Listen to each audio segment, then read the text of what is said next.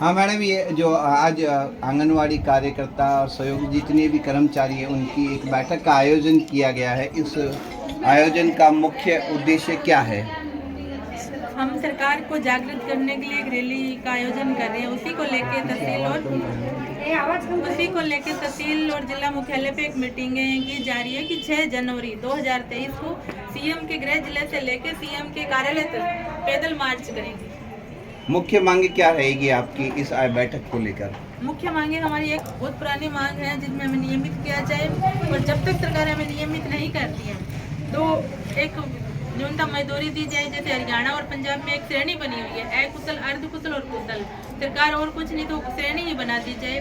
इसके तीसरी मांग ये है कि बंगाल राज्य और हरियाणा पंजाब की तर्ज पे ग्रेजुटी के रूप में जैसे एक मुश्त राशि रिटायरमेंट पे दी जाए और पेंशन दी जाए। इन्हीं मांगों को लेके हम लोग जो पैदल मार्च करेंगे उसी के लिए इसकी चर्चा की जाए। और कोई विशेष मांग? जैसे एक बार आपने कहा कि सरकार ने तो आपने सरकार के हर काम किए हैं, लेकिन सरकार ने हमें न तो कर्मचारी मांगा, आपने संविदा कर्मी भी माना नहीं, निविदा कर्मी भी नहीं माना।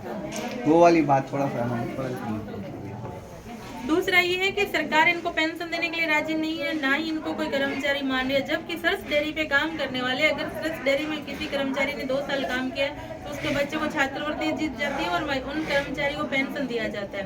जबकि यहाँ ऐसा कुछ नहीं, ना आंगनबाड़ी कर्मी को संविदा कर्मी माना जा रहा है, ना निविदा कर्मी माना जा रहा है, ओनली फॉर मानदेय। मानदेय का मतलब है कि इनको मान के साथ जो मतलब वेतन दिया जाता है, पर मान नहीं है हमारे साथ, क्योंकि इतने काम दिए जा रहे हैं। मेरे डायरेक्टर सर, मंत्री सबसे ये कह रहे थे कि जो हमारे मूल उद्देश्य हैं, मूल सेवाएं कहाँ गई। 5 मूल उद्देश्य थे और 6 मूल सेवाएं हैं। अभी फिलहाल हमें जो सेवाएं दी जा रही है, उड़ान योजना, कन्यादान योजना और नेपकिन वितरण वालों ने, उसमें आगे आयुष्मान भारत का है, KYC, मतलब इतनी सारी योजनाएं दे रखी है महिलाएं को। जो कौन सी योजना का काम करे, कौन सा छोड़ा। इधर श्रमिक कार्ड वालों को सरकार पेंशन देने की योजना बना रही है, टेम्पो चालक को 60 साल के बाद उनको पेंशन दी जा रही है। तो आंगनबाड़ी कर्मियों ने ऐसा कौन सा गुनाह किया है, राजस्थान सरकार के खिलाफ उन्होंने ऐसा कौन सा षड्यंत्र रच लिया जो इनको उस कोई भी श्रेणी में नहीं ला रही सरकार, और ना इनको कोई पेंशन के लिए विषय सोच रही है। तो हमने सरकार से ये कहा है, या तो सरकार टाइम रहते चेत जाए, नहीं तो जब आंगनबाड़ी कर्मी जो अपनी योजनाओं को छोड़ के दूसरी योजनाओं पे काम कर रही है तो सरकार को भी इस योजना से छोड़ के मतलब सरकार भी बदल सकती है।